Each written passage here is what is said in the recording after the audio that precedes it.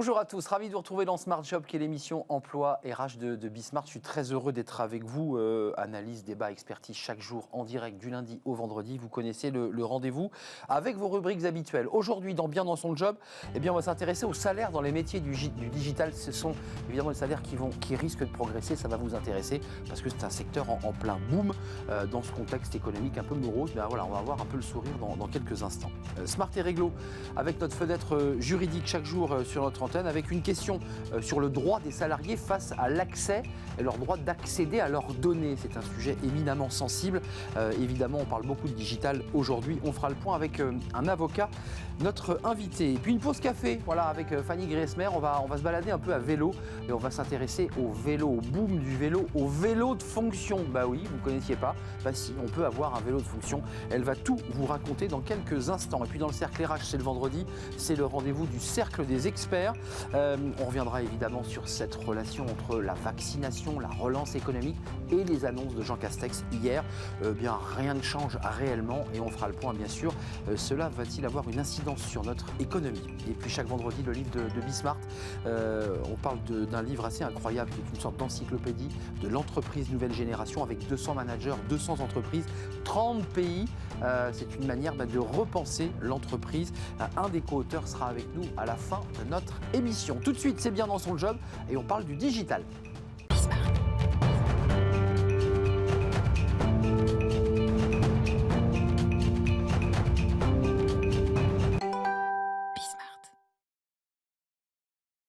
Bien dans son job, on parle des salaires dans le digital. Oui, c'est un secteur en plein boom.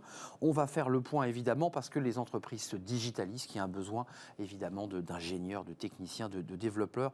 On en parle avec Iman Benaoun. Bonjour, on est ravis de vous accueillir sur le plateau. Vous êtes la présidente d'Aravati et DG de Teamyside. Alors c'est parce que les deux entreprises ont fusionné. Entreprise donc de recrutement spécialisée dans le digital. Et chaque année, votre entreprise, Aravati, ça veut dire quoi d'ailleurs? Je suis resté un peu perplexe, je ne connaissais pas ce...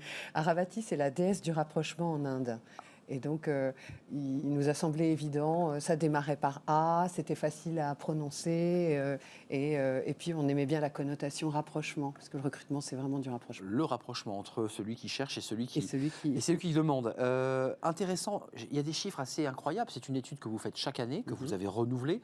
Est-ce qu'il y a des différences entre l'année précédente et cette nouvelle étude là concernant les salaires? Est-ce que vous y voyez un boom supplémentaire là? Alors le boom, il existe quand même. Enfin clairement, il s'est passé plein de choses en 2020 et ça présume de beaucoup encore de choses pour 2021. Recrutement. Oui, et puis en accélération de projet, vous avez vu dans l'étude, on a relayé un chiffre qui est un chiffre. Les entreprises ont gagné 6,7 ans dans leur transformation digitale à cause du confinement. Ça veut dire quoi? Ça veut dire qu'on est en 2021 depuis quelques jours. Ouais. En fait, dans les faits, on est en 2027 et quelques mois, c'est ça? Oui.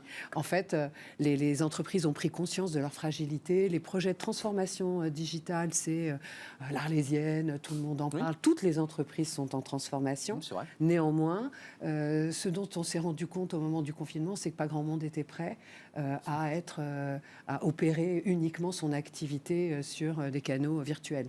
Et donc il y a eu une prise de conscience extrêmement forte. Il y a eu tout le monde l'a vécu, un coup de frein total sur énormément de choses. La sidération a été très forte.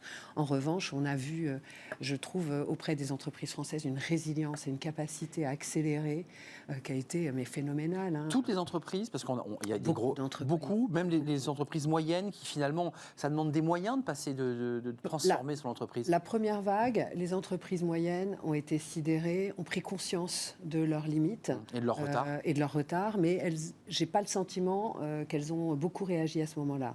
Les grandes entreprises, et notamment, par exemple, nous on a quelques clients banques, des grandes banques, etc.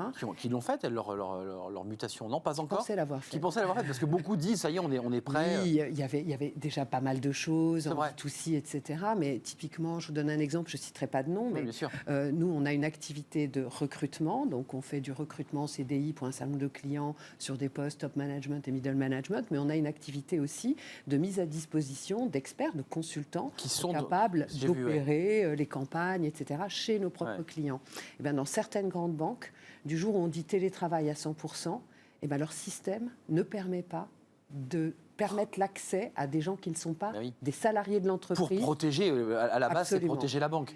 Et donc, ils se sont retrouvés, malgré le fait d'avoir besoin de continuer, etc., il leur a fallu quelques semaines pour se mettre en ordre de marche, revoir leur infrastructure et s'adapter. Là, pour être concret, vous avez un peu comme les SS2I, on va dans l'entreprise, on l'accompagne. Ouais. Là, vous avez dû accélérer, vous aussi. Vous avez dû trouver les bons ingénieurs, les bons techniciens pour très rapidement mettre en place. On est très peu sur la partie technique. On est vraiment sur la partie marketing, communication, pilotage de projet, product management, plus sur data, la structure. Ouais, sur la structure. Et puis aussi sur le fait d'opérer les projets. C'est-à-dire que nous, nos consultants, ils mettent en place les campagnes sur les réseaux sociaux, ils achètent du trafic pour développer la notoriété, la présence digitale des marques, etc. Donc, ça a été assez marrant de voir ça, de voir que des entreprises beaucoup plus industrielles, dont on se dit elles sont... Voilà, elles étaient complètement opérationnelles et capables, parce que très internationales et du coup beaucoup plus agiles. Et puis d'autres entreprises qui ont eu un coup d'arrêt assez fort. Juste une question sur les salaires, parce que c'est vrai qu'on a des écoles qui viennent sur ce plateau de formation en alternance sur les métiers du digital. On nous dit qu'il y a une vraie demande. Il y a une très forte demande. Il y a une forte demande. Est-ce que ça veut dire qu'à un moment donné, quand il y a une forte demande et finalement une offre qui s'est un petit peu rétrécie, est-ce que les salaires vont monter ? Est-ce que l'étudiant qui sort d'école se dit, là aujourd'hui, j'ai le choix, quoi ? Alors ça dépend de son métier, ça dépend de son background, ça dépend du choix de formation qu'il a effectué.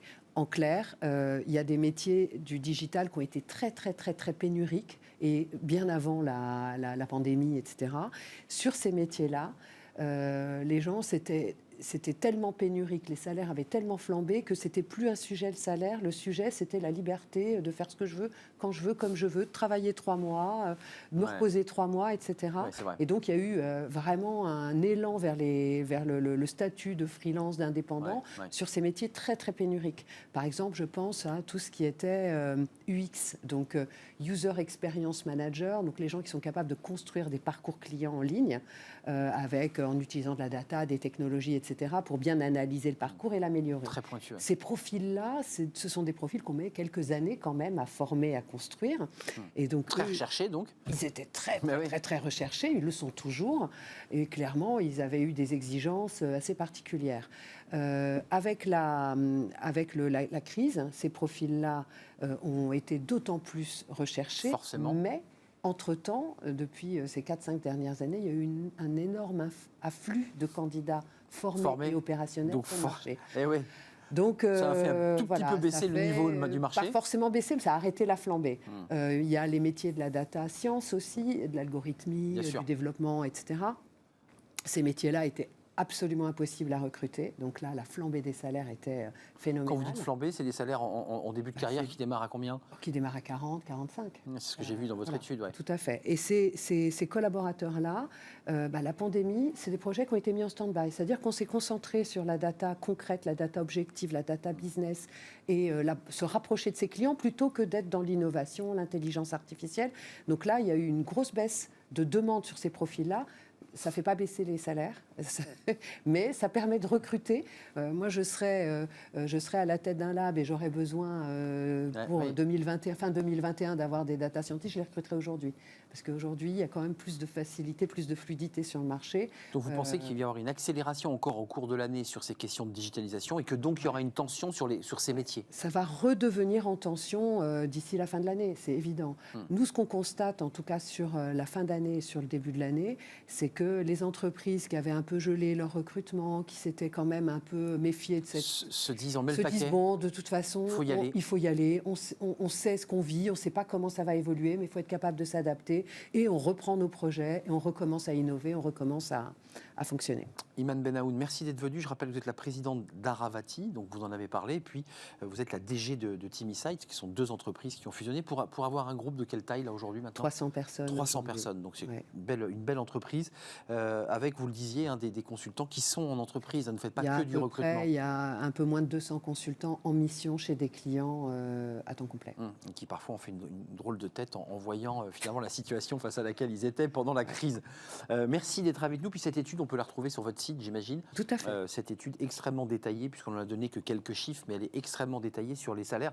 Si vous êtes dans ces secteurs d'activité, n'hésitez pas à aller voir l'étude, ce qui vous donnera des fourchettes. C'est un vrai benchmark. Voilà, c'est du benchmark. ça me permettra d'arriver un peu plus étoffé, un peu plus armé pendant les recrutements. Merci d'être venu sur notre plateau. On ouvre notre fenêtre juridique, c'est Smart et Réglo. On va s'intéresser, ça va vous intéresser d'ailleurs aussi aux données, aux données personnelles que l'on a lorsqu'on est salarié. C'est pas si simple. Quelle est la relation que l'on a avec ces données et qu'est-ce que peut faire l'employeur? On en parle dans quelques instants dans Smart et Réglo.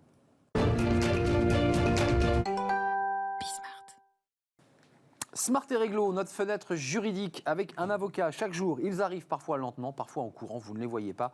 Mais il est arrivé là cette fois-ci en courant. Plutôt, oui. On peut le dire. Vous êtes Frédéric Sardin. Bonjour Frédéric, bonjour. Avocat associé au pôle UP Tech et Data. On vient de parler de Tech et Data. J'imagine que vous avez tendu l'oreille en entendant notre première séquence. Au cabinet Jantet, les données, c'est très intéressant parce que vous êtes spécialisé sur ces questions de data. Quelles sont les données qui sont concernées par les droits d'accès, justement, parce que c'est assez flou. Oui, ce fameux RGPD dont nous avions eu l'occasion de parler d'une émission précédente prévoit dans son article 15 la possibilité pour toutes les personnes sur le compte desquelles on a collecté des données d'accéder à ces données. Donc il le prévoit de façon générale. C'est un droit. C'est un droit que vous avez, que j'ai, que tout le monde a. Et a fortiori, les salariés disposent de ce droit dans le cadre de leur relation de travail. Et il y a une tendance que l'on voit émerger aujourd'hui de plus en plus. Ce sont des demandes de droit d'accès de salariés qui se sont fait licencier ou qui sont sur le point d'être licenciés et qui, parallèlement ou dans le cadre d'un contentieux prud'homal, vont exercer ce droit d'accès auprès de leur employeur. Maître, c'est juridique, ça veut dire lettre recommandée, ça veut dire quelle est la procédure lorsqu'on souhaite accéder à ces données? Je le rappelle, c'est un droit, j'imagine qu'il y a une procédure. Alors, il n'y a pas de formalisme particulier, il n'y a pas nécessairement... On peut envoyer un mail. On peut envoyer un email, on peut envoyer un courrier, il n'y a pas de formalisme particulier prévu par la loi. Alors, sans anticiper éventuellement sur les possibilités de refus que pourrait opposer l'employeur, il est toutefois recommandé aux salariés de motiver sa demande de droit d'accès et notamment de préciser le type de données, la période temporelle dans laquelle il souhaite avoir accès à ces données, etc. Mais pour être bien précis, c'est un salarié, imaginons, qui travaille dans un service commercial. Il avait un certain nombre de données particulières sur des concurrents, sur des produits à sortir. Est-ce que ces données-là, l'employeur est dans l'obligation de lui donner? Alors, normalement, non. Les données sur les concurrents, non. Rappelons que ce droit d'accès sur les données, il porte vraiment sur les données personnelles du salarié, donc qui permettent de l'identifier, lui, de façon directe ou indirecte. Mais qu'est-ce qu'il cherche le salarié quand il demande ça finalement? Il cherche par exemple parfois à récupérer des emails dont il n'a plus copie ou connaissance pour pouvoir étayer son dossier prud'homal par exemple. C'est ça, pour justifier un échange avec un manager, il a besoin... Exactement. D'accord, ça fait partie des données personnelles du salarié. Les emails font partie des données personnelles du salarié lorsque son nom figure dans l'email. Alors ensuite, l'employeur pourrait toujours dire attention, non. Par exemple, atteinte au secret des correspondances ou atteinte au secret des affaires. Donc il peut... Exactement. Il y a un certain nombre de possibilités pour l'employeur de s'opposer à cette demande d'accès qui serait formulée par le salarié. Le texte nous dit que notamment, je peux m'opposer à cette demande d'accès si cette demande, elle est manifestement infondée ou excessive. D'accord. Donc, ce que vous nous dites, c'est que le courrier n'a pas besoin de formalisme et qu'il doit avoir un but précis, bien précisé sa demande. On est bien d'accord. Tout à fait. Et que l'employeur n'ait pas l'impression qu'on est en train de lui dérober des informations, parce que c'est de ça dont il est question. Exactement. Et donc, si l'employeur a ce sentiment-là, eh bien, il fera tout pour qualifier cette demande de manifestement infondée ou excessive. Donc il faut que la personne qui exerce ce droit soit vraiment cette personne-là et qu'elle ne demande pas d'informations, par exemple, sur des collègues. On a eu le cas, par exemple, d'un manager qui considérait qu'il était moins payé que ses collègues. Il dit, mais moi, je voudrais les informations qui concernent M. Dupont, M. Durand, etc. Ça, c'est impossible. Oui. Voilà. Oui, on est d'accord. Les fiches de paye et les primes de fin d'année. Mais ce sont des pratiques qui tendent vraiment à se développer. Donc, vous nous disiez, l'employeur peut refuser dans certains cas. Tout à fait. Est-ce qu'il y a, j'allais dire, un appel? On me refuse une première fois. Oui. Est-ce que je peux reformuler une demande en reformulant ma demande? Est-ce que c'est possible? Alors, si vous reformulez votre demande de façon plus précise, de façon à ce que l'employeur puisse y répondre, c'est tout à fait possible. Le second stade, si d'aventure l'employeur ne souhaite pas y répondre ou considère que votre demande est vraiment manifestement excessive et infondée, c'est le cas échéant de saisir la CNIL. La CNIL. Il faut être accompagné, maître, par un avocat, parce que là, vous nous dites c'est un salarié qui envoie un mail poli. Est-ce que c'est plus utile de recevoir un courrier d'un avocat? Oui. C'est plus prudent? C'est plus utile. Il est dans la formulation? Il est vraisemblable que si vous êtes accompagné par un avocat, votre demande sera davantage circonscrite, précises et s'exposera moins à un refus potentiel de l'employeur de vous communiquer ces données. Alors, il y a un élément intéressant, on a un petit peu de temps, je l'avais évoqué avec vous. Il y a un dernier point, mais qui est un point technique, réglons-le tout de suite, c'est l'idée que des données personnelles sont aussi chez un sous-traitant. Comment ça marche dans ce cas-là? Oui, on a très souvent, dans le cadre du rapport de salariat, l'employeur a des données qu'il ne gère pas lui-même, il a recours à des prestataires. Dans ce cas-là, il est très stocké important, ailleurs, en fait. Stocké ailleurs, souvent par ailleurs aux États-Unis ou dans d'autres pays. Il est très important à cet égard de vérifier et de passer un contrat avec tous vos sous-traitants qui peuvent héberger ce type de données, puisque le RGPD prévoit que le sous-traitant doit aider le responsable, mais il faut bien évidemment que tout ça s'inscrive dans le cadre d'un contrat de sous-traitance, et ce contrat de sous-traitance, il est obligatoire. Donc il faut vraiment avoir ce réflexe en tant qu'employeur de passer ces contrats de sous-traitance et quand on les a, vérifier que le contenu correspond à ce que prévoit la loi. Mettons un peu de poil à gratter. S'il y a du fichage de salariés, est-ce que ces données, ce qui est interdit, rappelons-le, oui. Est-ce que le salarié a accès à ces données ou est-ce que l'employeur peut trier ce qu'il envoie et ce qu'il n'envoie pas? Alors, si je peux me permettre. Oui, dans la mesure où c'est interdit, normalement, il ne devrait pas y avoir ce fichier. Non, mais ça peut être objet de contentieux. Le droit d'accès lui permet en théorie, bien évidemment, d'accéder à ce type d'informations et ensuite, c'est l'employeur qui a la main pour dire il trie. Je donne ce que je veux ou ce que je ne veux pas. Est-ce que le salarié a une façon ou une autre de savoir que j'ai triché, entre guillemets, que je ne lui ai pas tout donné? C'est le risque à prendre. Est-ce que j'ai encore, par exemple, des collègues avec lesquels j'ai de bonnes relations qui pourraient me dire oui, mais tu sais, en fait, ce fichier existe et puis je t'en donne une copie. Donc après, c'est toujours une gestion de risque à opérer. Donc ce n'est pas autorisé, mais il y a ce risque. Qu'est-ce que risque un employeur lorsqu'il se fait prendre la main dans la confiture d'espionnage ou de fichage? Qu'est-ce qu'il risque? Ce sont les sanctions maximum prévues par le RGPD, donc 20 millions d'amende de chiffre d'affaires ou 4% maximum. Ce sont des montants toujours maximum, donc mais c'est le maximum. Et puis ensuite, la CNIL et où le juge est libre. 4% des chiffres d'affaires ou 20 millions? Exactement. Donc maximum, ça c'est la peine maximale. Maximum, ce sont des plafonds. Il n'y a pas de peine de prison assortie, évidemment. Ce sont des peines financières ou est-ce qu'il y a des peines avec sursis ou de prison? Il y a des peines de prison, de la répression pénale qui est prévue dans le code pénal, tout à fait. Il y a très peu de décisions, voire quasiment pas de décisions en la matière sur le plan pénal. Oui. Parce que, voilà. Mais théoriquement, on pourrait envisager une procédure pénale qui, encore une fois, est rarissime en pratique. Merci, Maître. Un dernier mot, vous, dans vos activités spécialisées justement dans la data, l'élément dont on vient de parler aujourd'hui, il progresse un peu comme les métiers du digital vont progresser en 2021. Est-ce que vous avez le sentiment que tous ces conflits liés aux données vont progresser puisque tout est donné aujourd'hui? Oui, et a fortiori, depuis l'adoption du RGPD, c'est vraiment une matière contentieuse qui explose. On a de plus en plus de contentieux, de demandes, de refus de demandes, de contentieux annexes qui se mettent en place. Et c'est vraiment une matière, qui est appelée à se développer. Un petit conseil aux salariés, c'est quoi? C'est de stocker ces données, c'est de faire des photos de ces mails, c'est comment on fait là? Oui, alors il faut faire attention parce qu'il ne faut pas aussi que le salarié porte atteinte au secret des affaires de l'entreprise. Donc lui aussi peut se faire attaquer. Donc la vraie recommandation pour les salariés qu'on pourrait leur formuler, c'est de bien mentionner la mention personnelle lorsqu'ils envoient un email, par exemple, sensible, ou qu'ils souhaitent archiver des éléments très personnels ou sensibles dans leur dossier, soit dans l'objet de l'email, bien évidemment, soit dans le nom du répertoire, avec personnel, en gros, en gras, de façon très claire. Et ça, c'est des données personnelles. Ça, c'est des données personnelles auxquelles, normalement, l'employeur ne peut pas avoir accès, notamment dans le cadre d'un contentieux prud'homal.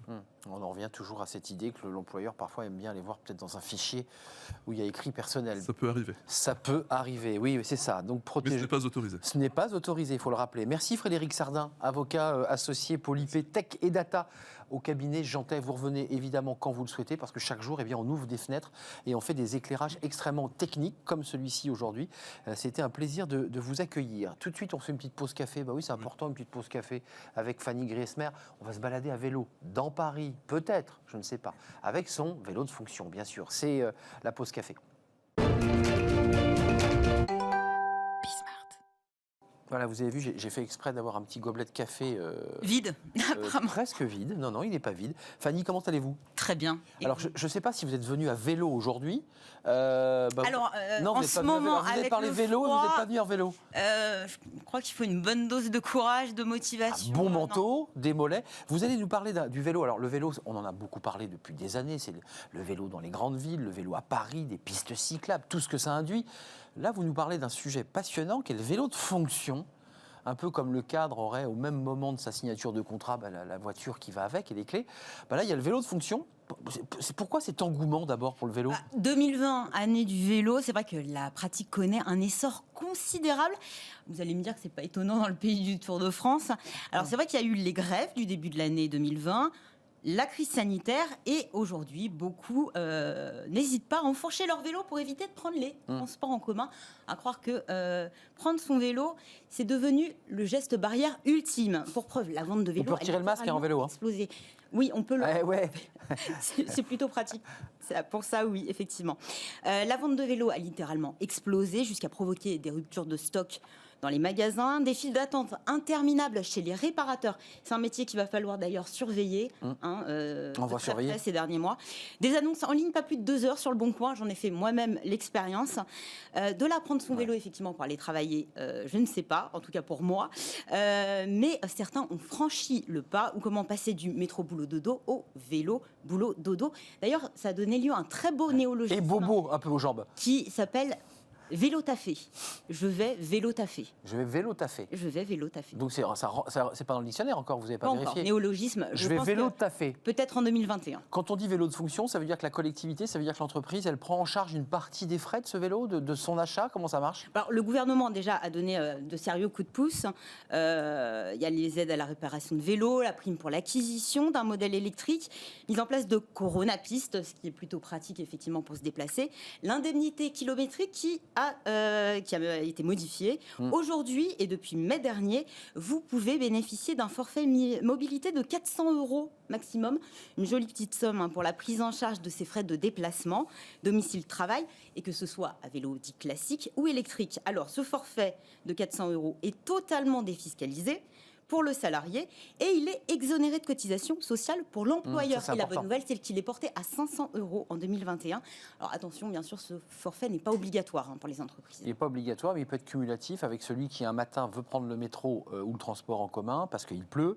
Et cumulatif, lendemain, mais dans la limite des 500 €. Mais dans la limite des 500 €. À Paris, c'est pas forcément très intéressant. Voilà, pour ceux qui ont des longues distances. L'utilisation multimodale, voilà, ça rentre pas forcément en ligne de compte. Précisons, je le rajoute, qu'il y a un vrai vol de vélo. Le Bon Coin est devenu en fait un lieu de... où on peut retrouver son vélo. Si vous perdez votre vélo, on vous le vole. On parle même de GPS et de puces électroniques comme des voitures en fait avec des capteurs de vélo. C'est incroyable. Ça, vous savez où il est. Ouais, où il est, voilà, ou sur quel bateau il est parti. Le vélo de fonction. Le vélo de fonction, ouais, c'est quoi ce vélo de fonction ? Oui, alors le principe du vélo de fonction est assez simple. En fait, on attribue un vélo loué par l'entreprise. Donc il y a plusieurs sociétés qui ont vu le jour avec des flottes. On vous attribue un vélo loué par l'entreprise à chacun des salariés, un petit peu sur le même principe que la voiture de fonction, mais en un peu plus écologique. Pour un vélo de fonction, il faut compter entre 60 et 100 €. Selon le modèle, bien sûr. Les entreprises prennent rarement, bien sûr, la somme à 100%, donc il y a une petite contribution de la part du salarié. En revanche, on peut utiliser son vélo les week-ends et les jours fériés, ce qui est plutôt pas mal. Également, bien sûr, pendant ses congés. Comme certaines voitures de fonction, d'ailleurs. Oui, effectivement, vous avez raison. Et côté fiscal, là, c'est beaucoup plus incitatif pour les entreprises, puisque l'entreprise bénéficie d'une réduction d'impôt sur les sociétés de 25% du coût de location pour un contrat d'au moins 36 mois. Et puis, comme le vélo n'est pas considéré comme un avantage en nature par l'URSSAF, le salarié peut aussi continuer à cumuler avec le remboursement de 50% de l'employeur dans l'abonnement des transports en commun. Juste quelques mots, Fanny, c'est intéressant parce que la vraie question qu'on se dit, on envoie des vélos dans Paris, quand on est à Paris, on en voit aussi dans des villes moyennes. Ça fonctionne ou pas, ces dispositifs ? C'est-à-dire, est-ce que ça suscite un véritable engouement ? Alors, oui, l'engouement est réel, mais il y a encore quelques freins. D'après cette étude Vélo et employeurs menée par Ecodev, il y a encore pas mal de chemin à faire. C'est surtout des améliorations concrètes en matière d'aménagement qui sont attendues par les salariés et aménagement sur les lieux de travail. Près de 80% des personnes interrogées ne bénéficient d'aucun espace de parking sécurisé. Donc oui, avoir un vélo, c'est bien. Se le faire voler juste devant son lieu de travail, c'est un petit peu plus... voilà. Ça ne fait pas plaisir, forcément. Il y a aussi, ne serait-ce qu'à avoir des arceaux pour pouvoir stationner son vélo. Et puis, bien sûr, il y a la question des vestiaires et des douches. Oui, alors ça c'est un autre sujet qui est intéressant, c'est un blocage pour les salariés. Je mets de côté... Vous arrivez totalement échevelé sur des métiers commerciaux, des métiers de contact, évidemment il faut... Non, ça veut dire que l'entreprise va devoir s'adapter aux nouvelles configurations. Puis visiblement assez rapidement. Hein. Alors... Pour ce qui est des chiffres, combien Vélotaf aujourd'hui? Alors, parce que les derniers chiffres... C'est pas des millions quand même. Non. Donc faut que... Les derniers chiffres datent de 2017. 3% seulement, selon l'INSEE. Oui, mais c'est 2017. Français en queue du peloton européen. Oui, alors vous imaginez, en première place, ce sont les Pays-Bas, avec 28%. Alors, pour l'instant, pas de chiffres. Il faudra attendre 2023 pour avoir vraiment l'incidence de la crise sanitaire sur cette nouvelle pratique. Après, il y a le visuel, il y a nos sondages, Fanny, et on va se quitter. Il y a aussi, on voit qu'il y a quand même de plus en plus de pratiquants de vélo, tant le week-end que la semaine. Donc, il y a quand même une pratique depuis le Covid qui a progressé. Merci, Fanny. Merci à vous. Vous repartez très bon week-end. Très bon week-end. À vélo, à bicyclette? À Vélib. À bicyclette, comme dit la chanson, la très belle chanson d'Yves Montand. Merci, on se retrouve lundi, Fanny, pour de nouvelles aventures et une petite pause café qui, effectivement, depuis, est froid maintenant, mon café. C'était un plaisir. Vous en chercher, hein. Bon week-end, Fanny. La suite de nos programmes, c'est après cette courte pause. On fait les experts de Bismart et de Smart Job seront avec moi. On va s'intéresser au vaccin, à cette relation avec notre économie. Y a-t-il un lien de cause à effet? Est-ce que lorsque le vaccin sera arrivé, bien notre économie repartira? On fait le point. Évidemment, après les annonces de Jean Castex, c'était hier, bien rien ne change sous le soleil, enfin sous la grisaille. À tout de suite.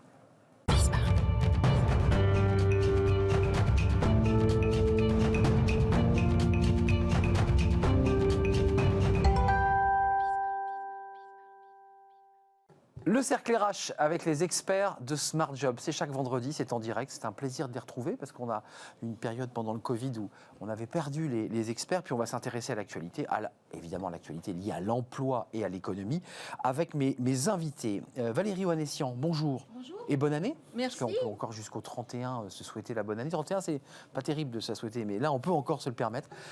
Fondatrice de FEMIA, société de conseil, administratrice de la Fondation Concorde, et puis tout récemment on m'a dit que vous étiez la directrice générale de la Fédération des analystes financiers. Exactement. C'est ça, j'ai pas dit de bêtises. C'est très bien. J'avais une hésitation en le disant. Très fière. Ravi de vous accueillir pour les experts. À vos côtés, Stéphane Marchand, rédacteur en chef de Pour l'Écho.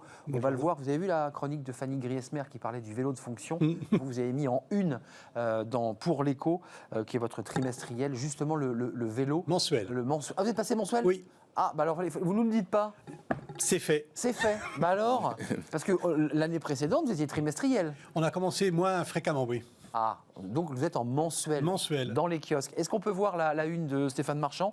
Peut-être, peut-être pas, avec le vélo. On me dit peut-être, oui, vélo auto, la nouvelle lutte des classes. Juste un mot, qu'est-ce que vous voulez dire par cette couve-là? C'est qu'au sein des villes, la guerre de pouvoir entre la place réservée aux vélos et aux cyclistes et la place réservée aux conducteurs et aux voitures donne lieu à des batailles de plus en plus sévères.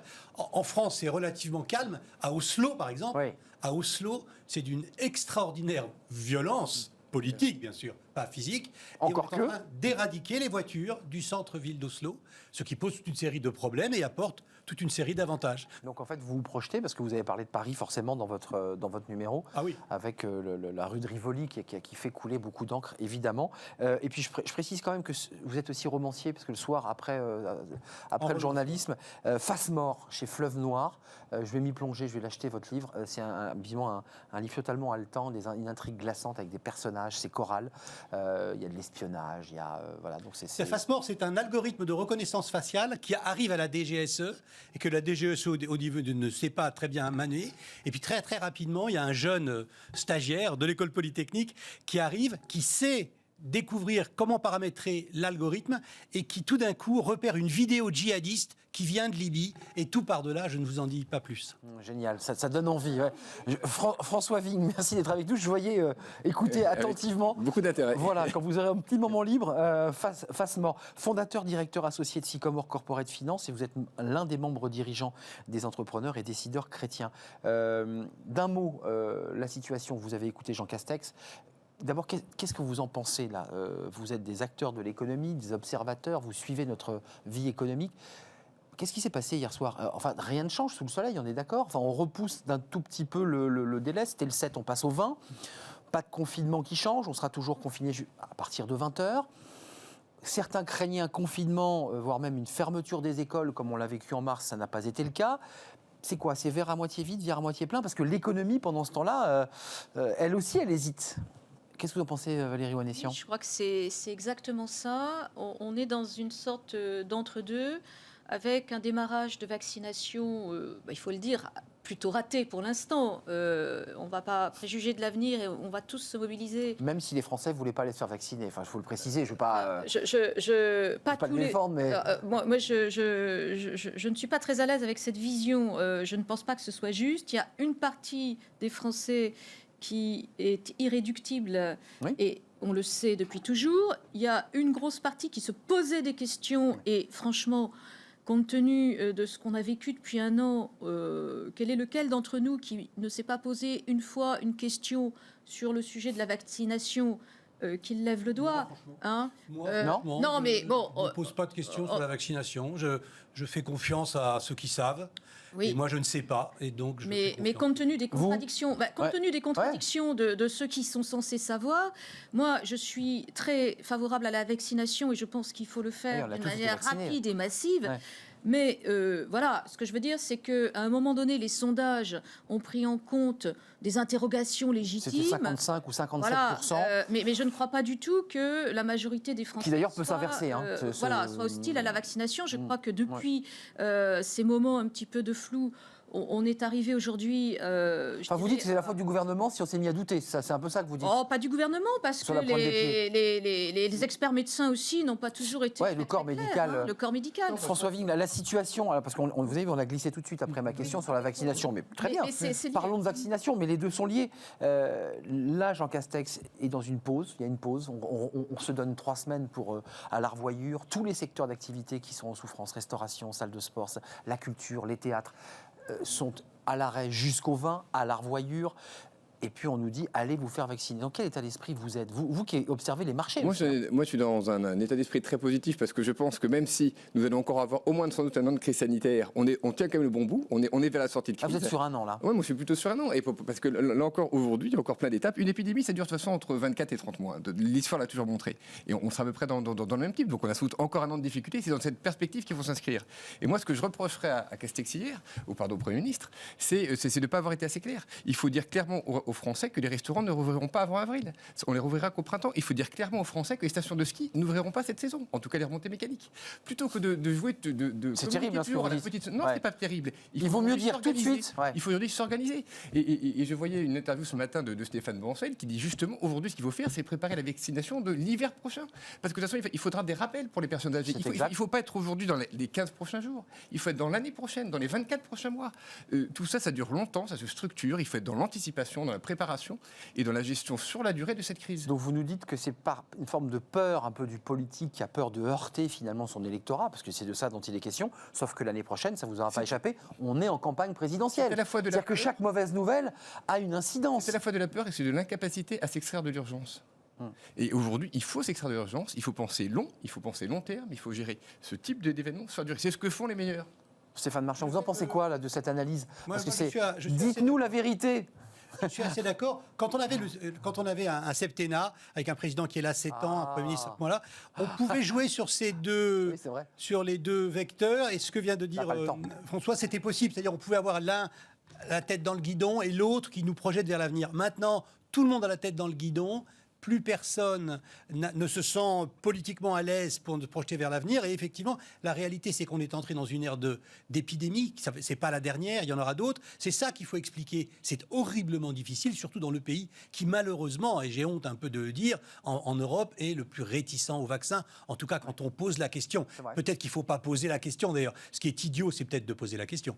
Mais il faudrait transformer le vaccin en une chose banale, en une chose ordinaire, à supposer que ce soit possible, transformer l'épidémie en une normalité, et sur cette nouvelle base-là, expliquer comment le pays va fonctionner, parce qu'il va fonctionner. Il va évidemment fonctionner. Les entreprises vont fonctionner, des entreprises vont se créer, des emplois vont se créer, même si on est en épidémie. Mais il faut le dire, et voilà, pour l'instant, ça n'est pas dit. Je sens moins optimiste, parce que là, on a deux invités qui disent, attendez, assumons cette douleur, on va la traverser, puis derrière, il y aura du soleil. C'est ce que vous dites. Vous êtes en capacité de la traverser. Mettons-nous en capacité de le faire et d'anticiper. Vous avez l'air moins optimiste. Moi, je suis beaucoup ou plus critique. Non, mais je suis plus critique et plus optimiste. C'est peut-être aussi une question de tempérament. Et puis pour le débat, c'est plus intéressant. Non, je ne savais pas ce que vous allez dire auparavant. Je pense que aujourd'hui, les quelques perspectives que nous avons sont conditionnées à une vaccination massive et réussie. On est d'accord. Les perspectives de la Banque mondiale et de l'OCDE de croissance qui sont sorties il y a quelques jours conditionnent cette croissance aux alentours de 4% pour 2021. C'est la clé de la relance. C'est la clé de la relance.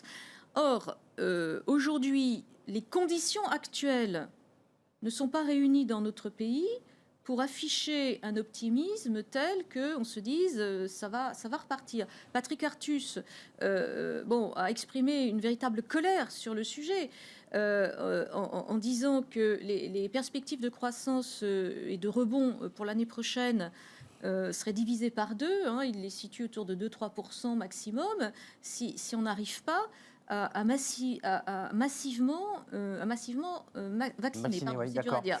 C'est dur à dire et c'est encore plus dur à faire. Mais ça fait pas mal. Le deuxième point critique qui peut-être nous distingue, c'est que même avec cette vaccination massive, même si on retrouve une normalité dans la circulation des biens et des personnes, cette crise a révélé des fractures structurelles très très fortes. Donc elle laissera des traces. Et elle va laisser des traces massives sur des pans entiers de l'activité. Ça veut dire du chômage structurel lié à cette transformation qu'on vit. Et je pense que là aussi, l'anticipation mériterait qu'on réfléchisse là-dessus aussi. Juste d'un mot, parce que vous me faites la transition.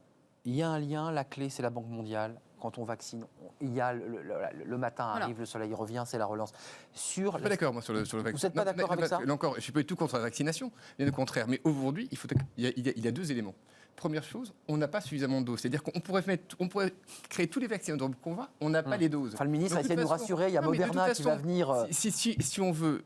Oui, on ne peut pas vacciner tout le monde. Française, ça prendra au moins 1 an, quoi qu'il arrive. Donc ça ne sert à rien de vouloir faire des vaccinations massives alors qu'on n'a pas les doses. Enfin, il faut s'y préparer. Mais de toute façon, on n'aura pas les doses, elles ne sont pas fabriquées, elles ne sont pas disponibles. Donc on peut dire tout ce qu'on veut. Donc si on n'a pas les doses, on ne peut pas vacciner. Donc j'ai raison d'être pessimiste. Et la deuxième chose, on ne sait pas, et c'était reconnu ce matin par le patron de Moderna, on ne sait pas encore si le vaccin est efficace contre le variant britannique. Ça, c'est l'enjeu. Ou le variant sud-africain. Il y aura d'autres variants, comme à chaque fois dans les virus. Donc on ne sait pas encore si nos vaccins seront totalement efficaces. Ça veut donc dire qu'on ne peut pas bâtir une stratégie de sortie de crise uniquement sur le vaccin. Le vaccin en fait partie, mais il faut également d'autres plans. Liés aux variants. Et donc on ne peut pas... C'est pour ça que tout faire reposer sur le vaccin, c'est une erreur. Mais ça doit être une carte importante, mais ça ne doit pas être la seule. Sinon, on sera coincé. Stéphane Marchand, je voulais poser ma question. Est-ce qu'il y a ce contexte évidemment terrible de vaccination, de peur du virus, d'économie au ralenti, et on a une stratégie économique en France? Elle sera évidemment examinée à l'aune des élections présidentielles de 2022, c'est-à-dire d'avoir nationalisé les emplois, d'avoir maintenu les emplois dans les entreprises et d'avoir limité, c'est en tout cas les chiffres que l'on a aujourd'hui, les fermetures ou les plans sociaux, puisqu'ils sont à peu près l'équivalent de ce qu'il y avait l'année précédente. Est-ce que vous craignez finalement une dégringolade dans les mois à venir, ou est-ce que vous dites la stratégie qui a été choisie de maintenir l'emploi, de faire du chômage partiel, de créer de la dette était la bonne et qu'on va réussir à après relancer notre économie? Comment vous regardez cette question-là? Parce qu'il y a l'enjeu politique qui est là, il y a les lecteurs qui regardent. Toutes les mesures d'aide financière publique qui ont été apportées au chômage et aux entreprises sont d'abord remarquables, donc bravo. Le problème, c'est qu'elles ne sont pas éternelles. Et la question, c'est quelle transition entre la situation actuelle où on aide totalement, où on nationalise totalement, et une espèce de situation de retour à la normale, tout cela en pleine préparation de l'élection présidentielle. Donc, ce qu'il ne faut pas, c'est retomber brutalement, sinon le choc serait terrible. Ouais. Mais comment est-ce que les tribunaux de commerce vont pouvoir s'organiser pour parce que toutes les faillites là s'empilent, mais ne se déclenchent pas d'une certaine manière. Elles n'ont pas été traitées d'un point de vue presque juridique. Donc il va falloir trouver une sorte de critère pour dire tel est étalé, je veux dire, le choc qui est immanquable. Il ne peut pas ne pas y avoir de choc. La question, c'est au moment où on va retirer la prise, c'est à quel rythme. Vous en pensez quoi de cette question qui est un débat politique mais économique? Certains disent, Bruno Le Maire dit, qui était plutôt libéral, enfin qui était plutôt un homme qui dit, on n'avait pas le choix, il fallait mettre ces milliards sur la table, sinon notre économie se serait effondrée. Vous êtes d'accord avec cette stratégie ou plus nuancée? François Vigne et Valérie Onessian. Moi, je suis d'accord dans la mesure en plus où tous les pays du monde font pareil. Et on l'a bien vu cette semaine, c'était confirmé. La France n'est pas le pays qui a le plus dépensé par rapport à ses voisins. On a moins aidé nos entreprises que les autres États. Et donc aujourd'hui, on a raison de le faire puisque les marchés sont prêts à nous financer, sont prêts à financer tous les pays. Les marchés tiennent le coup. Les marchés tiennent le coup et accompagnent cette politique. On aurait tort de se priver du fait que l'ensemble des banques centrales agissent aujourd'hui pour permettre aux pays de financer ça. Donc on a raison d'en profiter. À rembourser, François Vigne, ça va sans dire. Oui. Non, mais il y a un débat quand même sur le remboursement. Ça, c'est la grande question. Mais de toute façon, il faut être relativement rassuré sur les 12 ou 14 prochains mois. Je pense qu'il n'y aura pas d'explosion du chômage avant les élections présidentielles. Tous les dispositifs vont rester en place jusqu'en 2022. Après, on verra. Et donc ça dépendra. Mais aujourd'hui, on peut être relativement tranquille, je pense, jusqu'en mai prochain. Les aides seront maintenues, les systèmes seront mis en place pour permettre au président, en tout cas... Avec la même stratégie. Tous les mois, à chaque conférence de presse, on prolonge les aides. Bien sûr. Et parce qu'on les prolonge, là. On a vu que... dans quel état d'esprit vous êtes? Parce que, en fait, il y a une forme de... Ceux qui faisaient de la politique avant le Covid sont un peu prisonniers, là. Parce que, globalement, cette politique, elle est plébiscitée. On se dit, mais on n'avait pas d'autre solution que de mettre des milliards sur la table et de sauver les emplois. Là-dessus, vous applaudissez ou pas? Ou vous hésitez? Non, je ne pose pas la question comme ça. Dans ces termes. C'est ça, voilà. Ça le sujet. Il faut reformuler. Le plan de sauvetage, évidemment, on n'avait pas le choix. Et je veux dire, il y a une sorte d'unanimité à dire que ce qui a été fait a été bienvenu et très opportun. Mais c'est totalement insuffisant pour envisager une sortie de crise convenable. Alors, deux choses. D'abord, la réalité économique et sociale d'aujourd'hui est une fausse réalité. Justement parce qu'il y a ces mécanismes artificiels de soutien qui sont bienvenus, mais la difficulté, c'est de penser que du coup, la réalité dans laquelle on est à prendre en compte telle qu'elle. Et là, il y a un biais intellectuel. Il y a un petit mirage, là. On nous crée un mirage, là. Qui est dangereux pour l'avenir. C'est ça. Qui est dangereux pour l'avenir. Je regardais avant de venir une étude de Euler Hermès qui prévoit une augmentation des faillites d'entreprises de 32% l'année prochaine, ce qui donnerait un chiffre de quelques 62 000. Bon, et c'est peut-être en dessous de la réalité. Donc, ça, c'est le premier point. Le deuxième point, c'est que, pour répondre à votre question, on a un petit problème structurel en France qui doit être pris en compte quand on fait des benchmarks, des comparaisons, entre les différents pays. C'est que nous sommes arrivés dans la crise, et là, c'est une pensée concorde très forte, avec des niveaux d'endettement et de déficit publics et sociaux absolument sans commune mesure. Ce qui veut dire donc que si on veut faire une analyse dynamique et juste, il ne faut pas prendre tel quel le chiffre mis sur la table pour sauver les entreprises et les emplois. Le chiffre du chômage progresse. On est à il faut les mettre en perspective par rapport à nos ressources. Je rappelle qu'aujourd'hui, un nouveau-né qui pousse son premier cri se retrouve avec sur la tête 42 000 euros de dette. Mais ça c'est bien, je pense que c'est ça la préoccupation principale et c'est pour ça qu'aujourd'hui on doit concentrer tous nos efforts sur les jeunes. Malheureusement on leur donne un héritage ou plutôt un fardeau terrible à porter. Aujourd'hui ils sont par ailleurs et des conditions de vie qui sont un peu lourdes. Victimes de cette crise sanitaire alors qu'ils en sont très peu, très peu exposés. Bien sûr. Très clair. Et aujourd'hui ils doivent, je pense, vraiment être au cœur de la stratégie de sortie de crise. Et c'est ce que nos entrepreneurs et dirigeants chrétiens actuellement se mobilisent pour leur offrir des stages, pour leur offrir des premiers emplois. C'est véritablement pour moi ce qu'on doit prioriser dans la sortie de crise. Il doit vraiment être au cœur. Ça doit être l'enjeu principal. Les jeunes et la dette, parce que je ne veux pas qu'on se quitte sans parler de la dette. Des sommes colossales ont été dépensées, vont être encore dépensées. Et effectivement, le jour venu, on reviendra là-dessus. Est-ce que ça a été bien dépensé? Vous avez tout à fait raison. Il faut mettre beaucoup d'argent sur les jeunes, beaucoup d'argent sur la jeunesse. Il faut aussi mettre énormément d'argent sur la santé. Contrairement à ce que l'on pense, on ne met pas du tout en ce moment même assez d'argent sur la santé. Et, vous dites ça parce que Sanofi a un an de retard et que des labos d'autres pays ont été plus rapides que nous. Sur le système hospitalier lui-même, même sur le système hospitalier. Bien sûr. Et on dépense des fortunes pour sauver des entreprises qui ne mériteraient pas d'être sauvées. Certaines d'entre elles sont condamnées. Des petites, des moyennes, des grandes, mais c'est impossible politiquement de les sauver, etc. Ces décisions sont difficiles à prendre, je reconnais. Si elles ne sont pas prises, le jour venu, ces sommes colossales, on pourra dire un petit peu qu'elles ont été gaspillées. Enfin, je ne voudrais pas arriver à une situation de ce genre. Non, mais vous le dites sans le dire, c'est-à-dire qu'il y a des entreprises qui auront été aidées, dont on savait avant le mois de mars qu'elles étaient déjà en difficulté, et on sait donc au final qu'elles ne rembourseront pas. C'est ce que vous nous dites. Non, mais il faut se le dire d'une manière un peu réelle. Il ne faut pas rater la crise. Il ne faut pas rater la crise d'une certaine manière. D'accord. Et pour le pays, j'entends. Et c'est difficile, et on n'a pas le sentiment que... Je parle à François Vigne, et vous êtes aussi en regard des marchés financiers de l'analyse, mais là je parle à Sycomore, à vos patrons de Sycomore. Il y a une dette privée, il y a une dette privée, puis une dette publique. Les banques centrales... on rembourse quoi? Et s'il fallait ne pas rembourser, qu'est-ce qu'on ne rembourserait pas? Est-ce que c'est la partie qui arrive des banques centrales?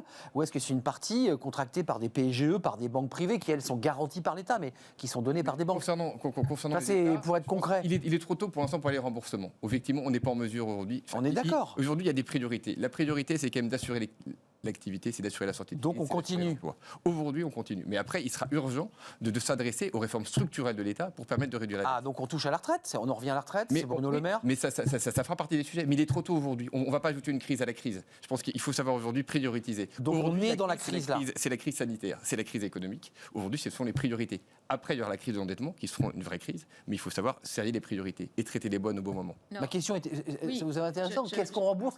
Les restaurateurs disent, moi le PGE, je ne le paierai pas. Voilà, certains là commencent à s'unir pour dire, on ne paiera pas, d'abord parce qu'on ne peut pas, et qu'en repoussant de 3 semaines un peu plus encore l'ouverture des cafés... Pas de 3 semaines, de 2 mois. De 2 mois, puisque votre information a l'air plus précise que la mienne. Enfin, moi, je suis ce qu'a dit le Premier ministre hier, mais vous nous dites que de toute façon, jusqu'en avril, les restaurateurs ne pourront pas ouvrir le rideau. Qu'est-ce que vous en dites de cette dette qui est sur nos épaules?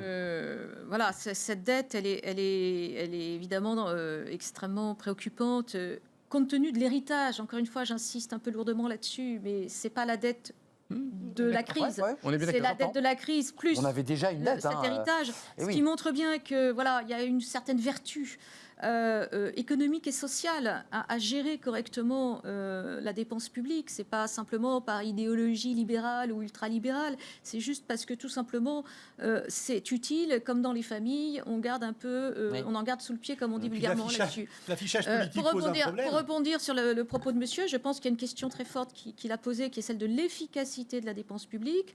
Dépenser, c'est une chose.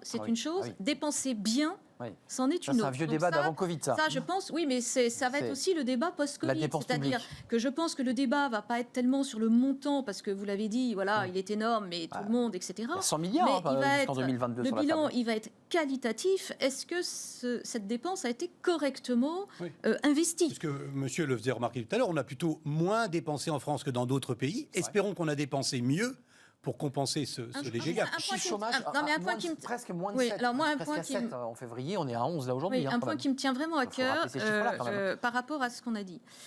Ce que révèle cette crise, c'est évidemment cette ampleur du chômage. On va être à 11% en 2021, on n'y est pas loin. Mais avec, j'allais dire, évidemment derrière des drames humains, parce qu'un chômeur, c'est une personne. Donc derrière les chiffres, il y a des drames humains qui vont ou pas se résoudre. Donc dans certains cas, on va revenir, peut-être grâce à la vaccination, voilà. Mais il y a tout des pans entiers et c'est là où c'est compliqué, parce qu'il y a une partie de l'économie qui va même bien. Ça veut rien dire. Qui va même très bien. Qui va même très bien. Et puis il y a une partie de l'économie qui va aller très mal. Qui se précarise, des Français qui vont au resto du cœur parce qu'ils peuvent plus se nourrir. Et personnellement, moi, j'en fais même pas une fracture générationnelle. C'est les jeunes comme les plus anciens. C'est par secteur. L'immense cohorte des indépendants, parfois très et fragiles. Plus les indépendants, etc. Donc moi, j'ai envie de dire, et pour compléter ce que dit monsieur, comme dans une entreprise, oui, il y a la gestion de crise qui est l'urgence. Mais il faut aussi construire en même temps. J'ai pensé qu'il faut être dans la prévision, mais il faut savoir à court terme.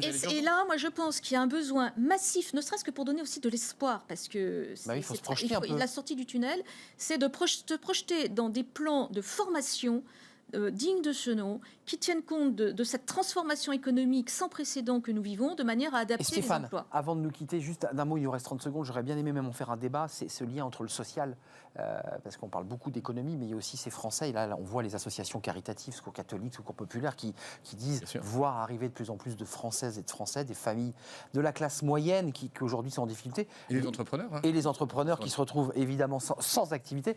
on ne s'en sortira aussi qu'on ait une politique sociale. Là, on parle beaucoup de finances, beaucoup de chômage partiel et d'aide financière, mais il y a aussi du social qui doit rentrer en ligne de compte. Et puis de la solidarité horizontale. Ce que j'appelle, aux j'ai longtemps vécu aux États-Unis, il y a une solidarité des gens à côté des gens directs qui est très forte. Les gens n'attendent pas des aides de l'État. C'est pas la culture américaine. Quand elles arrivent, mais c'est pas le sujet. On aide la personne qui est à côté de vous. Nous, on s'est installé un tout petit peu dans une politique, et la fiscalité est probablement un peu responsable de ça, où on attend, on dit voilà, on a déjà beaucoup donné. C'est très jacobin, c'est notre modèle, ça. On attend que ça retombe et que ça ruisselle. Malheureusement, ça fonctionne pas suffisamment. C'était un plaisir, Stéphane Marchand. Face mort chez Fleuve Noir, je le rappelle, c'est un roman, ça n'a rien à voir avec l'emploi, mais en tout cas, ça fait plaisir, ça détend. Vraiment rien à voir. Rien à voir. Encore qu'on parle d'algorithme beaucoup. Merci à François Vigne pour les entrepreneurs, décideurs chrétiens et fondateur de Sycomore Finance. Et merci à Valérie Oanessian, fondatrice de FEMIA, Fondation Concorde. Et puis une troisième casquette très, très récente, directrice générale de la Fédération des analystes financiers. Merci de nous avoir éclairé sur les perspectives à très court terme et puis à très long terme. Vous allez revenir parce qu'on va suivre l'actualité évidemment de ce vaccin et de l'emploi. Tout de suite, c'est Fenêtres sur l'emploi. Ben non, c'est le livre de Bismarck. Chaque vendredi, nous recevons un auteur. Il est avec nous. On l'accueille dans quelques instants.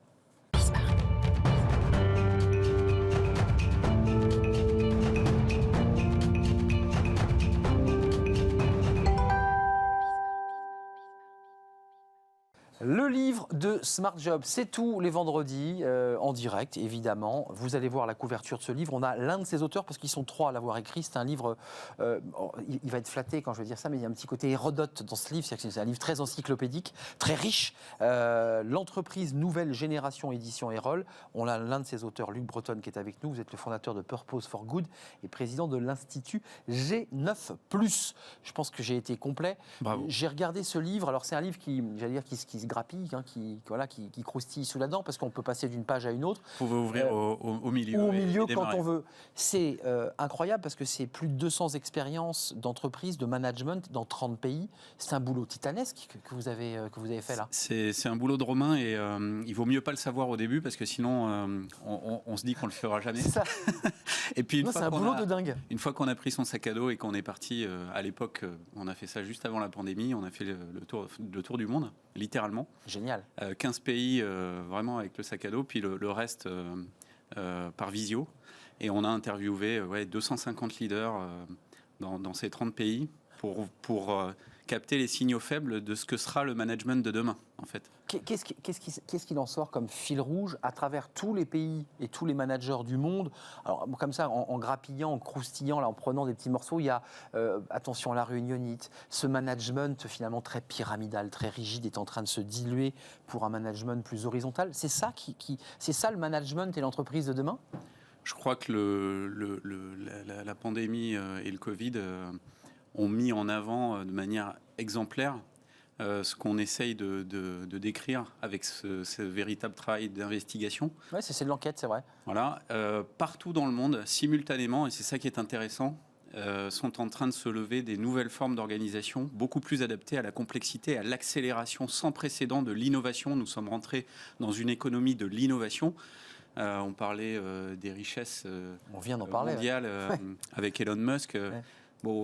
Elon Musk, tout le monde crachait dessus il y a de cela que quelques mois. Oui, et là, il est reparti, Elon Musk. Voilà, et je pense que l'agilité qui est à l'œuvre dans ce nouveau format d'entreprise est en train de se généraliser dans les nouveaux acteurs. Mais au-delà de l'agilité, qui est un moyen d'exécuter les choses, qui est très utilisé ces derniers temps. C'est vraiment l'idée de la raison d'être, c'est-à-dire pourquoi on se lève le matin, pourquoi on va travailler et comment on va le faire. Et est-ce que je suis capable, en rentrant dans ces entreprises de nouvelle génération, d'avoir dans mon périmètre de responsabilité, c'est tout sauf le chaos, hein, c'est tout sauf un groupe de potes de beatnik qui font n'importe quoi, où chacun fait ce qu'il veut. Parce que la critique, c'est de dire, mais c'est une bande de bobos, c'est des gars de Palo Alto, c'est des gars de Californie, ils sont en tongs, en vélo. Non, il y a des vraies boîtes industrielles. L'entreprise libérée a beaucoup pâti de cette image très caricaturale. Ce qui est libéré, c'est la capacité créative dans le cadre de son espace de responsabilité et d'autonomie. Mais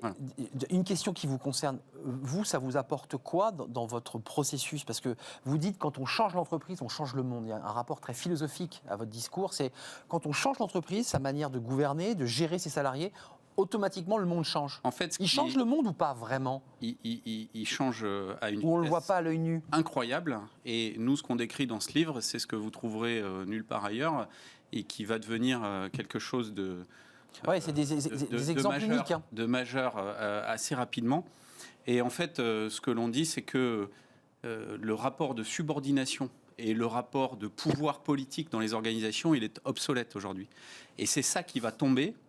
Et, qui est tombé ou qui va tomber? Qui est en train de tomber. Pourquoi? Parce que les talents, aujourd'hui, ils choisissent. Et ils ne veulent absolument pas retourner ou aller avec des griffes dans des sociétés qui leur assurent une employabilité en déclin. Et ils veulent pouvoir s'exprimer et avoir de l'impact et comprendre leur contribution à cette raison d'être. Donc ça déstructure les hiérarchies en fait et les organisations. La hiérarchie, elle va persister parce que la hiérarchie, elle est naturelle. Donc vous ne m'entendrez jamais expliquer que la hiérarchie va disparaître. Mais c'est une autre forme de hiérarchie. On n'est plus sur un lien de subordination, de pouvoir personnel d'un individu sur un autre. Relation souvent qui a tendance à devenir de parent à enfant. C'est-à-dire je m'adresse à mes collaborateurs comme à des enfants. Non, on est beaucoup plus sur une relation de parent à parent, où chacun est autonome, responsable. On se regarde d'égal à égal. Absolument, chacun avec ses compétences. Et on apporte mutuellement ce qu'on sait. Si on a plus ou moins de leadership, ça ne changera pas, au contraire. Mais on est beaucoup plus entre pairs pour un travail par équipe. Et donc, on parle plutôt d'une hiérarchie d'équipe. Pour ça que ces organisations se décrivent souvent avec des cercles constitués par des rôles. Et donc, on est sur des hiérarchies de toute façon beaucoup plus plates. Moi, j'ai travaillé beaucoup dans des grands groupes pendant ma carrière. Plus rapide, ça va plus vite. Je disais un exemple d'une petite entreprise qui avait 50 salariés. Il mettait 1 semaine et demie à prendre une décision avec la hiérarchie qui descendait et qui montait. Et là, dans l'exemple que vous citez, qui est une entreprise industrielle d'ailleurs, elle dit, mais nous, en moins de 2 heures, dans une réunion qui a duré 1h30, on avait pris une décision sur un projet. On prend plus de décisions en 2 heures qu'avant en 2 mois, voire plus, bien sûr. Et puis surtout, les gens qui sont en charge de leur périmètre de responsabilité prennent leurs décisions à leur niveau. Donc c'est un principe de subsidiarité. Et d'autonomie aussi. Qui est d'autonomie, de responsabilité, de subsidiarité. Ça vous évoque qui est quoi, très important. Le discours de Luc Breton, parce que vous êtes des chefs d'entreprise, quand on dirige un titre, quand on est à la tête de FEMIA. Ça vous dit quoi, Stéphane Marchand? C'est vrai, mais ça s'applique quand même à une catégorie d'entreprise, à la catégorie un peu des happy few qui peuvent justement, qui ont le choix d'être le père de leur patron. C'est beaucoup de gens qui pourraient travailler en indépendant. Donc, pour les attirer dans une entreprise, il faut vraiment leur proposer une nouvelle façon de gérer le management. Mais tout ça ne s'applique pas à la gigantesque... au bas de la pyramide, tous les gens qui n'ont pas le choix. Et qui, Valérie, un mot? Oui. Ouais, c'est intéressant parce que il tordait le cou tout à l'heure et vous en mettez une petite couche. Et c'est intéressant ça. Je dirais, en faisant la synthèse de ces deux propos, je pense qu'on comprend les situations un petit peu de malaise quand elles existent. C'est-à-dire que je crois en effet que cette description du nouveau management est réelle. Elle commence vraiment à exister, mais même au sein de très grands groupes, à l'intérieur de sous-ensembles. Mais comme ce n'est pas réparti de manière homogène, mais qu'en même temps c'est le discours dominant, ceux qui n'ont pas la chance d'être encore dans ces univers-là, évidemment, se sentent moins bien. Et donc, je pense que là aussi, on est un petit peu au milieu du gué dans une phase de transformation et de transition, où ce discours dominant, qui, je crois, est très bien intégré par tout le monde, y compris par ceux qui n'ont pas la chance encore de bénéficier de ces univers. Voilà, et je crois que c'est ça qu'on est en train de vivre. Oui, parce que là, on est en train de déborder 10 secondes de conclusion. Oui, on a un problème culturel très fort, c'est que quand un oiseau a été habitué à rester dans sa cage toute sa vie, quand vous ouvrez la cage, il ne sort pas. Donc c'est ça que vous évoquez. Mais en réalité, les nouvelles générations qui rentrent dans les entreprises, c'est exactement l'inverse. Ils ne sont jamais rentrés dans la cage, ils n'y rentreront jamais. Et donc, globalement, la tendance, on la connaît. Elle va être massive et elle va s'appliquer à 100% des organisations dans tous les secteurs. Et les 250 exemples que nous donnons dans ce livre sont totalement transverses à toutes les tailles d'entreprise, à tous les secteurs d'activité. Merci Luc Breton, Philippe Pinault, Olivier Tranois, le sac à dos, les grosses chaussures, 30 pays avec des analyses, des enquêtes, des témoignages concrets de nouvelles façons de travailler, de s'organiser. L'entreprise nouvelle génération, c'est aux éditions Erol. Et c'était notre coup de cœur, notre livre, parce que c'est un livre passionnant à lire, qui est un vrai pense-bête pour les chefs d'entreprise. Merci à vous, merci à Fanny Griesmer, merci à toute l'équipe du son, à Lauriane Boué, à notre collaboratrice du son dont le nom m'échappe, mais que je reciterai évidemment prochainement. Merci Isabelle Anessian, ça fait beaucoup rire en régie. Valérie, merci à Stéphane Marchand, je suis totalement perdu. Je souhaite un bon week-end à tous. Merci Les vacances ont été bonnes. Les vacances ont été très très bonnes. Je suis perdu, mais très heureux d'avoir partagé ce moment avec vous. On se retrouve lundi pour de nouvelles aventures en direct. Évidemment, bon week-end.